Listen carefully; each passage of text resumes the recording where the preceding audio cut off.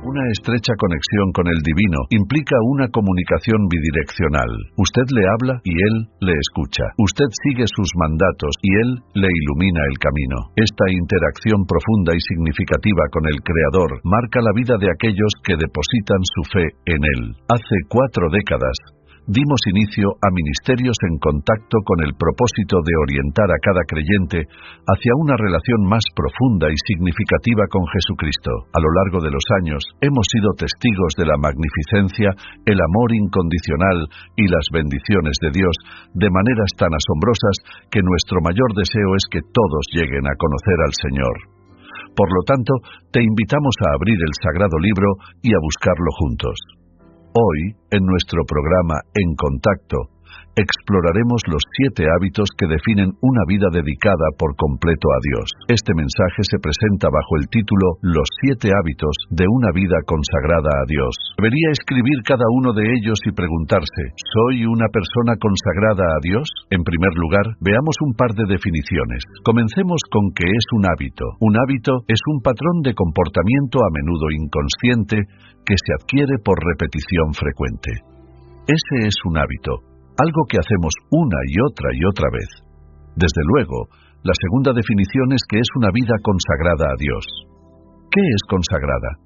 Es una vida que ya no busca satisfacción propia mediante un estilo de vida pecaminoso, sino que se ha entregado a Dios y a su voluntad en su vida. En otras palabras, diríamos que esa es una vida santificada no perfecta. No quiere decir que nunca peque, sino significa una vida rendida por completo a Dios. Así pues, deseo darle 7 hábitos que todo creyente debe hacer parte de su vida, y el primero es este. El primer hábito es una vida de oración. Uno de mis pasajes favoritos, en Marcos, capítulo 1, cuando los discípulos nunca entendieron esto del todo, pero dice la Biblia en Marcos 1:35, levantándose, muy de mañana, siendo aún muy oscuro, salió y se fue a un lugar desierto, y allí oraba. Y le buscó Simón y los que con él estaban, y hallándole le dijeron, todos te buscan. Eso es típico en cuanto a la forma de actuar de algunas personas. El Señor estaba haciendo lo más importante en la vida, y no lo entendían. Y asimismo, por ejemplo, en Lucas capítulo 4, versículo 42, cuando ya era de día, salió y se fue a un lugar desierto, y la gente le buscaba, y llegando a donde estaba, le detenían para que no se fuera de ellos.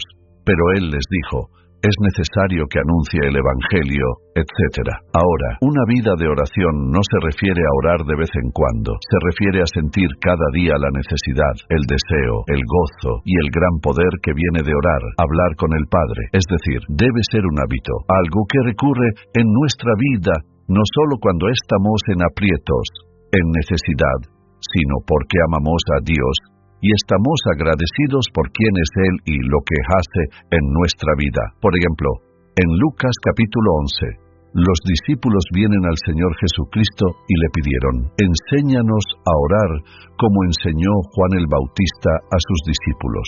Así que, ¿habían visto algo distinto en la oración del Señor? No se trataba de algún ritual que se acostumbrara en aquel tiempo, pues sentían que le hablaba personalmente al Padre Celestial. Al ver estos versículos, piénselo. La verdad es que no se puede tener una vida consagrada sin tener una vida de oración. No se puede. Todos vivimos en un mundo de tentación, pruebas, penas, cargas y pecado. Y a donde vayamos, allí está. No podemos tener una vida consagrada a Dios, y no he dicho sin pecado, sino consagrada, y ya definimos lo que eso significa. No se puede tener una vida consagrada sin una vida de oración, porque ésta nos conecta a Dios Todopoderoso y nos hace sensibles a su voluntad, propósito y plan para nuestra vida. Sin orar no habrá una vida consagrada. Si lo piensa, es la actividad más importante de nuestra vida. Necesitamos tener una vida de oración. Luego, el segundo hábito es tener fe o confianza en Dios. Me encanta el Salmo 103, versículo 19. Dice la Biblia, Jehová estableció en los cielos su trono, y su reino domina sobre todos. Pensemos en lo que significa ese versículo. Si Dios Todopoderoso ha establecido su trono en los cielos, preste mucha atención. Su soberanía, o sea, su poder divino sobrenatural, omnisciente, domina sobre todo. ¿Qué hace eso? Nos da una gran base para creer en Él. Al saber que Dios está a cargo, No importa lo que suceda, ni cómo, ni mediante quién, ni por la razón que sea, sé que Dios tiene las riendas y puedo confiar en Él para lo que sea que permita en la vida. Creo que es un versículo muy importante porque si no confiamos en Dios, si no confiamos, no oraremos. Debemos hacernos la pregunta, pues, en mi vida espiritual, fíate de Jehová de todo tu corazón y no te apoyes en tu propia prudencia. Reconócelo en todos tus caminos, y Él enderezará tus veredas. Cito ese versículo muy a menudo, porque es fundamental. Cuando confiamos en Dios, ¿qué sucede? Se afianza nuestra comunión con Dios, lo que significa que tenemos una relación con Él. No tengo que presentármela. Una relación estrecha con alguien significa cercanía, no solo en afecto, sino en mentalidad, la forma de pensar, lo que siente. Una relación tan cercana es la que debería tener todo matrimonio todos sus días. Una relación estrecha con Dios es hablar con Él. Dios le escucha, y usted a Él lo obedece, y Él le guía. Hay una gran comunión con Dios en la vida de quien confía en Dios. Si usted quiere saber si confía o no en Dios, hágase la siguiente pregunta: ¿qué está preocupándome?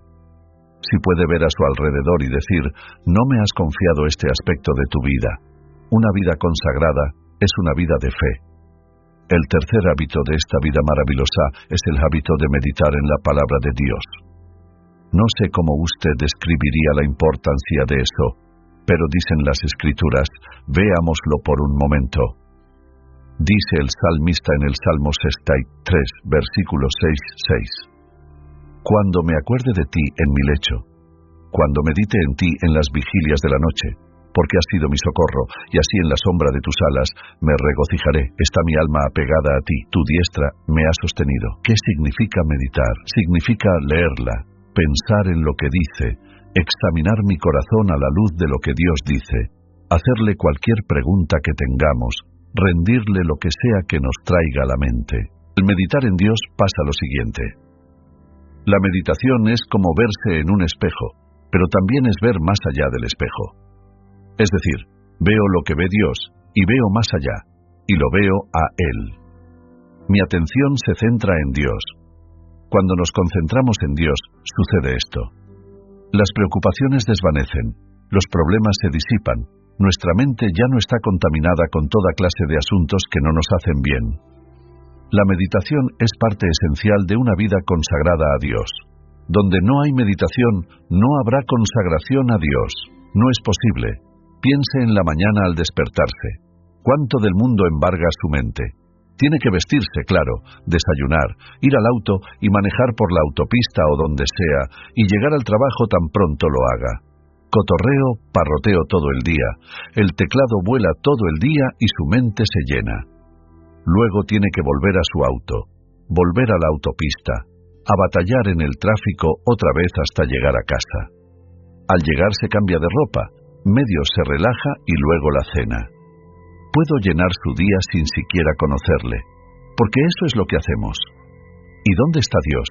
¿Dónde está su tiempo a solas con Dios? Lo que lleva a una vida consagrada es el tiempo a solas con Dios. Anhelarlo, meditar en Él. Luego hay un cuarto hábito, uno muy importante, y el que me escucha mencionar siempre, obedecer a Dios. Y quisiera leer en Deuteronomio 27, en el Antiguo Testamento, porque lo dice tan claro en el capítulo 27, versículo 10. Dios habla mediante Moisés, fue lo que declaró. Oirás, pues, la voz de Jehová tu Dios, y cumplirás sus mandamientos y sus estatutos que yo te ordeno hoy. Luego, en el capítulo 28, versículo 1, acontecerá, escuche esto, que si oyeres atentamente. ¿Qué significa eso con cuidado? Atentamente la voz de Jehová tu Dios para guardar y poner por obra todos sus mandamientos, que yo te prescribo hoy. También, Jehová tú, Dios te exaltará sobre todas las naciones de la tierra. Hablaba de Israel. Pongámonos en esa situación. Cuando obedecemos a Dios, piensen esto, andamos a un nivel más alto. Piensen cómo vive el mundo. Con toda clase de pensamientos viles, ocupados y atareados sin tiempo para Dios, Hemos decidido seguir a Cristo, y seguirlo significa vivir a un nivel más alto. No significa menospreciar a otros, solo quiere decir que hemos decidido regirnos por una norma más alta que la del mundo. No significa que seamos mejores que nadie, pero quiere decir que nuestro estilo de vida es mejor que el del mundo. Pregúntese, ¿en realidad tengo un hábito de orar, confiar y meditar en la palabra de Dios? ¿Acaso sería considerado un hijo obediente de Dios? ¿Cuántas veces lo ha dicho, y puedo decirlo, la forma más sabia de vivir es obedezcamos a Dios y dejemos las consecuencias en sus manos? ¿Eso lo haré solo si tengo una vida de oración? ¿Solo si confío en Dios? Solo de hacerlo. Estos son hábitos sencillos que hacen que nuestra vida sea lo que Dios quiere que sea. Mire, no hay nada que pueda impedir que obedezcamos y practiquemos estos 7 hábitos, nada, salvo que tomemos esa decisión. Mire, tenemos que decidir ciertas cosas. Tenemos que escoger entre seguir a otros o a Dios, tener esto o a Dios, esta hacienda o la de Dios. La razón por la que menciono 7 hábitos es porque, recuerde lo que dije, un hábito es un patrón de comportamiento a menudo inconsciente que se adquiere por repetición frecuente. Algo que hagamos de forma continua, y todo lo que he mencionado podemos hacerlo. La razón por la que no lo hacemos es por pensar que no es importante. Mire, la razón por la cual no tenemos hábitos sagrados, maravillosos, impactantes, edificantes, es porque escogimos la senda del mundo.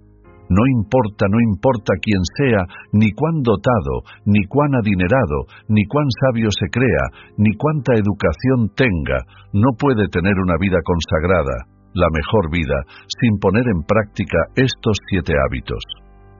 Ahora, ¿cuál es el quinto? El quinto hábito es depender del Espíritu Santo. Recuerda lo que les dijo Jesús a sus discípulos: siéntense a esperar en Jerusalén hasta que sean investidos, o sea, hasta que el Espíritu Santo venga a sus vidas, y al hacerlo, estarán listos para hacer lo que les he encomendado. Así que le he dado varios pasajes, algunos ya los conoces, quizás otros no, pero en Efesios 5 recordará lo que dice la Biblia en este pasaje en particular. Veamos el versículo 18.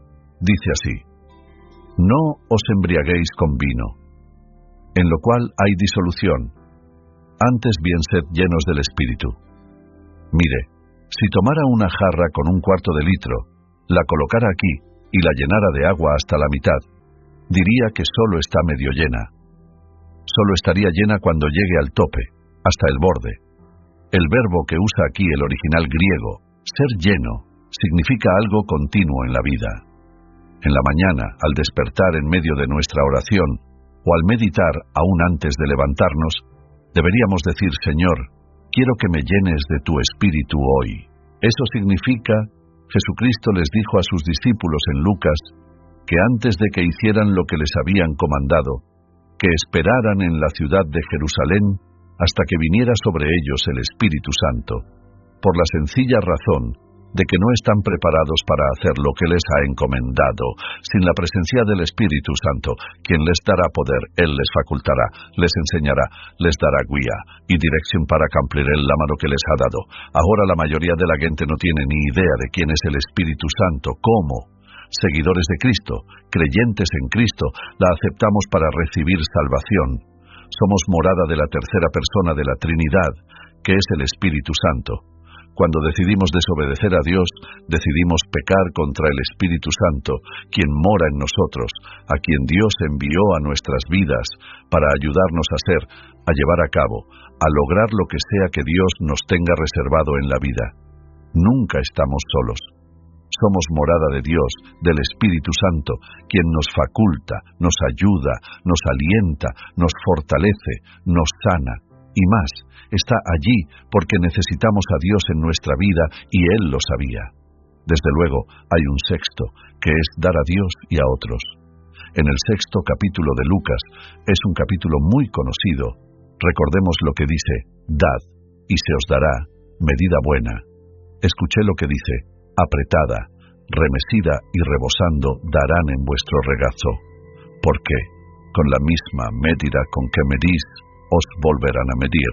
Cuando pienso en darle a Dios, mi ejemplo favorito es este, y estaba recordándolo anoche. Mi primera maestra de escuela dominical todos los domingos, y recordó las siglas de varios colores, verde, rollo, amarillo, azul, etc.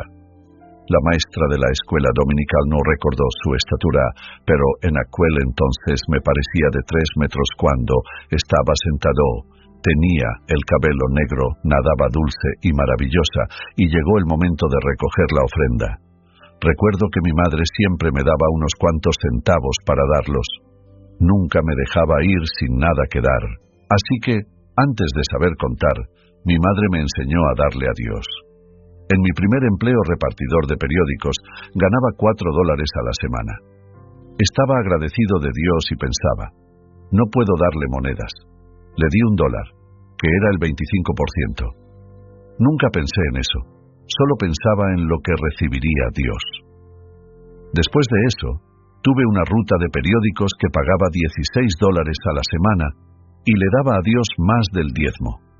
Luego, toda mi vida nunca he dado solo el diezmo, nunca. Por la sencilla razón que aprendí desde muy joven que no podemos superar a Dios en generosidad. Segundo, mucha atención. Ni siquiera podemos predecir lo que necesitaremos. Y si no podemos predecirlo, ¿cómo pues nos encargaremos de todo eso? Si ofrendamos a Dios y confiamos en que hará justo lo que prometió. Le di un sencillo ejemplo que muchos han escuchado antes porque fue algo que impactó mucho mi vida. Así que debemos preguntarnos, ¿será este uno de los hábitos en mi vida? La vida dice que Dios ama al dador alegre. Si Él ama al dador alegre, que de aquellos que son avaros quienes no dan a Dios. Le diré por qué eso no agrada a Dios, porque dice, puedo hacerlo sin Dios, puedo encargarme, puedo manejarlo, no necesito que Dios maneje mi dinero. Piensen cuán insensato es eso. Su dinero podría quemarse de la noche a la mañana. La situación podría ser que lo pierda todo en un día, pero preste mucha atención. Nunca estará en una situación en la que no tenga nada porque tiene a Dios dentro de usted, y todo lo que necesita Dios ha prometido proveerlo. Un hábito de perdonar a otros. Un pasaje muy claro está en Efesios capítulo 4. Muchos lo hemos leído antes, pero es la verdad, y lo leemos una y otra vez. Escuche lo que dice la Biblia. Airaos, pero no pequéis. No se ponga el sol sobre vuestro enojo, ni deis lugar al diablo. Un pasaje muy importante. Luego dice en el versículo 30, y no contristéis al Espíritu Santo de Dios, con el cual fuiste sellados para el día de la redención.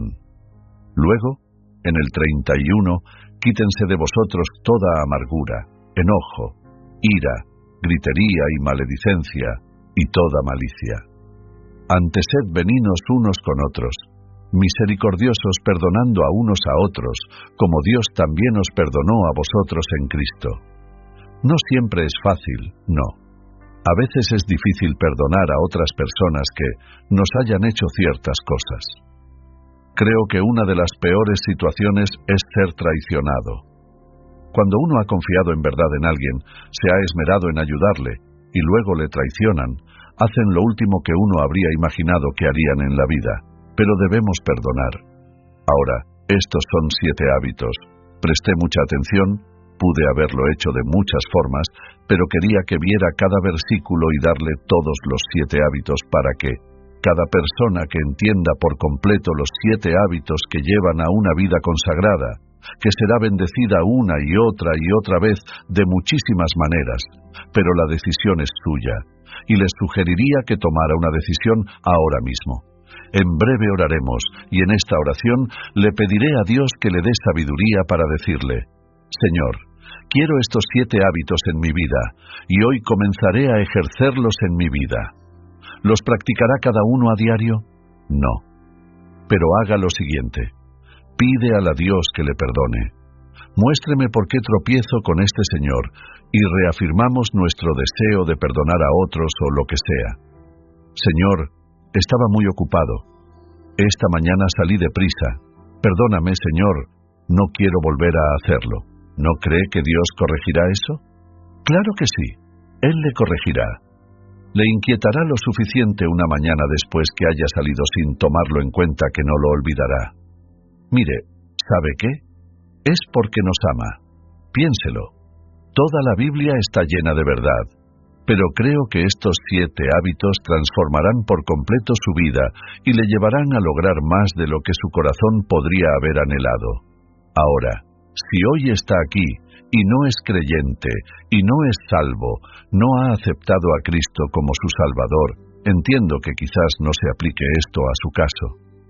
Pero permítame decirle esto, nunca podrá entender ni disfrutar la vida a plenitud hasta que no se entregue a Cristo. Porque nunca podemos perder al entregarnos a Cristo, nunca. Dirá pues, ¿qué tengo que hacer? Debe pedirle al Señor que perdone su pecado, no porque lo merezca, sino porque Él fue a la cruz. Murió en la cruz, dio su sangre por usted, pagó toda su deuda de pecado, dice la Biblia, y al pedirle perdón a Dios por lo que ha hecho por usted, pagó su deuda, Dios le perdona y le hace uno de sus hijos. Luego comenzará a practicar estos 7 hábitos. ¡Qué vida tan maravillosa tiene por delante! Y espero que lo haga. Padre, te amamos, te alabamos y te agradecemos por tu palabra desde Génesis hasta el último versículo de Apocalipsis. Hoy te pedimos que nos des sabiduría para reconocer que con estos 7 hábitos todo lo demás cobrará sentido. Y quebramos la puerta a tus mejores bendiciones. Te pido hoy por alguien que no es salvo, que no te ha aceptado como su Salvador, que esté dispuesto a pedirte perdón por sus pecados, a creer que Cristo fue a la cruz y pagó toda nuestra deuda, al confiar en su muerte en el Calvario, al derramar su sangre. Esa confesión y arrepentimiento traen salvación. Después de la salvación, que desarrollemos estos 7 hábitos transformadores en nuestra vida. Señor, te pido por todos nosotros, y que limpie su corazón y rinda su vida a ti ahora mismo. Te damos gracias, en el nombre de Jesús. Amén. Ha sido de bendición para usted. Por favor, visite encontacto.org. ¿Estás casi listo? Sí, papá. No te olvides de llamarnos cuando llegues. No, papá. Tengo algo más que quiero que te lleves. Hijo, esto es lo más importante que puedo darte. Dios solo quiere lo mejor para ti. Quiere que pases tiempo con Él todos los días. Así lo haré, te lo prometo. Estoy muy orgulloso de ti. El Señor dice, te haré entender y te enseñaré el camino en que debes andar. Aprenda a escuchar, seguir y obedecer el plan perfecto de Dios. Dios nos ama tanto que ese amor nos mantiene en el camino correcto. Si usted escucha las mentiras de Satanás, él siempre le dirá, este es el camino más fácil. La pregunta central que enfrentamos es, ¿cómo podemos tomar la mejor decisión? ¿Cómo discernir la elección más sabia? Su amor inmenso por nosotros guía nuestro enfoque hacia lo auténtico, lo verdadero y lo real.